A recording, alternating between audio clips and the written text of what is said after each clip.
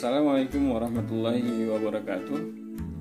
Apa kabar anak-anak? Bertemu kembali dengan Pak Ansor dalam pelajaran pendidikan agama Islam untuk kelas 4. Kali ini kita akan membahas pelajaran yang sudah pernah kita pelajari untuk persiapan kita menghadapi penilaian tengah semester minggu depan. Baik, kita sudah mempelajari 3 bab. Secara singkat kita akan bahas pertama bab mengenai surah Al-Falaq dan Al-Fil. Pada bab ini, bagian ini, kalian coba ingat-ingat, pelajari kembali apa arti daripada Al-Falaq dan Al-Fil. Kemudian jangan lupa hafalkan kedua surah tersebut beserta artinya, bagian-bagian dari surat-surat tersebut. Insya Allah kalau kalian hafal kedua surat tersebut beserta artinya, ada beberapa soal mungkin yang bisa kalian jawab terkait dengan itu. Kemudian isi kandungan dari kedua surat tersebut. Al-Falaq bercerita tentang permohonan perlindungan kepada Allah dari kejahatan. Al-Falaq artinya waktu subuh.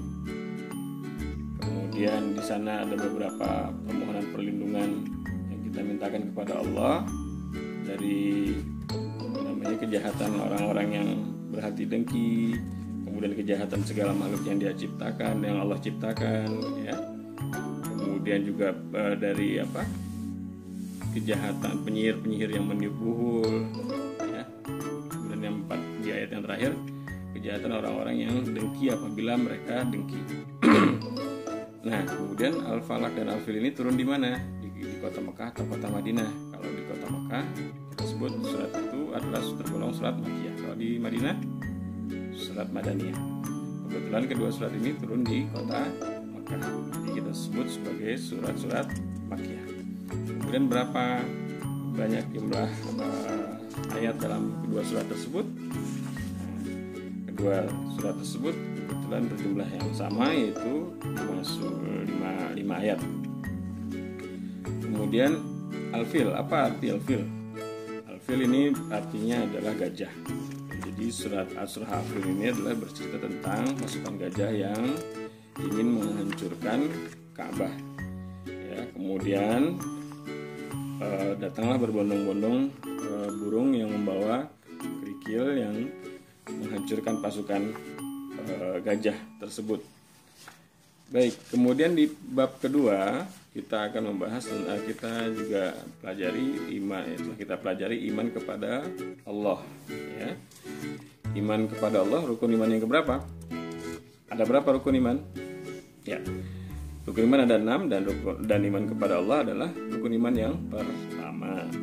Kemudian kita pada bagian A meyakini bahwa Allah itu ada. Kita diwajibkan untuk memperhatikan lingkungan sekitar, apa saja yang ada, langit, bumi, semua ini menunjukkan keberadaan Allah sebagai penciptanya. Sementara kita tidak wajib, maksudnya tidak boleh memikirkan tentang zat Allah, karena kita tidak akan mampu untuk memikirkan zat Allah. Yang wajib kita pikirkan, kita perhatikan adalah alam sekitar kita, langit, bumi, dan seisinya sebagai tanda-tanda keberadaan Allah sebagai pencipta alam semesta. Baik, kemudian pada bagian B memiliki sikap sebagai implementasi iman kepada Allah. Lantas kalau kita percaya atau iman bahwa Allah itu ada, apa yang semestinya kita lakukan? Nah, pada bagian ini setidaknya anak-anak ada lihat di bukunya ada 2 poin yang bisa kita lakukan, ya. Kemudian mengerti mana iman kepada Allah, bagian C. Pada bagian C ini juga kita akan lihat beberapa ayat yang memerintahkan kita untuk beriman kepada Allah.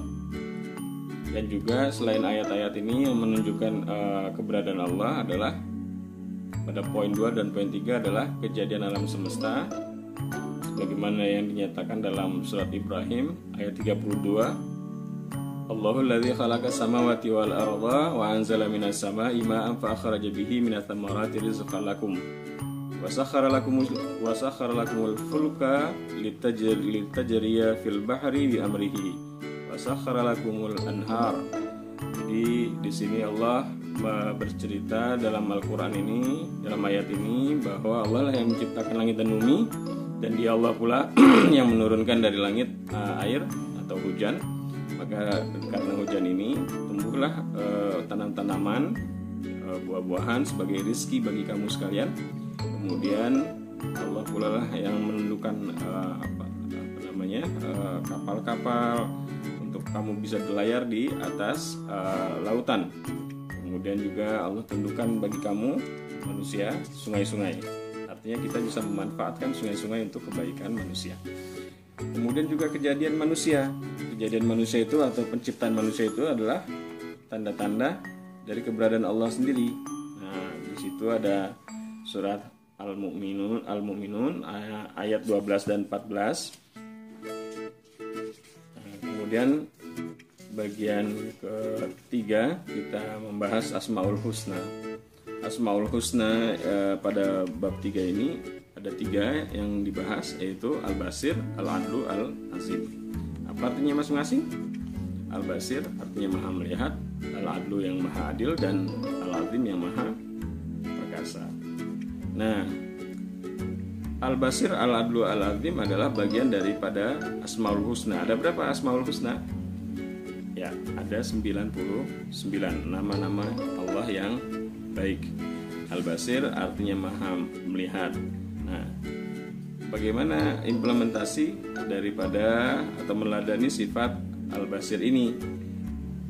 Karena Allah maha melihat, maka hendaknya kita tidaklah melaksanakan apa yang Allah perintahkan dan meninggalkan apa yang Allah larang, karena Allah melihat apa segala semua yang kita lakukan, Allah lihat. Ya. Kemudian cara meneladani sifat Al-Basir adalah menyadari bahwa bahwa mata yang telah diberikan Allah harus dijaga dan digunakan dengan sebaik-baiknya. Jadi kita menggunakan mata pemberian Allah sebagai nikmat yang harus kita jaga, yang harus kita pergunakan untuk hal-hal yang baik. Kemudian Al-Adlu. Al-Adlu adalah nama Allah yang artinya Allah Maha Adil. Nah, di sini pada bagian ini kita juga diperintahkan untuk meneladani sifat Al-Adlu, yaitu bagaimana kita berlaku adil kepada orang lain atau dalam berbagai hal. Kemudian juga Al-Azim. Al-Azim artinya yang Maha Agung. Nah, di sini ada ayat fasabbih bismi rabbikal azim, Al-Waqiah ayat 96, maka bertasbihlah dengan menyebut nama Tuhanmu yang maha besar. Kemudian bagaimana cara meneladani nama Allah Al-Azim ini, yaitu dengan cara kita tidak berlaku congkak, sombong, angkuh. Kita meneladani akhlak Rasulullah yang mencinta, yang tawadu, yang rendah hati. Kemudian bagian E, mengetahui keberadaan Allah melalui pengamatan terhadap makhluk ciptaannya.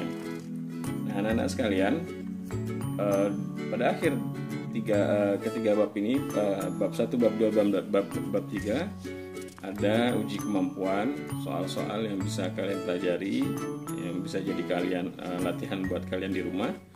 Insyaallah dengan menguasai materi dan juga soal-soal yang ada di belakangnya akan mempermudah kalian dalam menjawab soal-soal mid-test nanti atau ujian penilaian tengah semester nanti. Ini saja yang bisa Bapak sampaikan, kurang lebihnya mohon maaf. Billahi taufiq wal hidayah. Wassalamualaikum warahmatullahi wabarakatuh.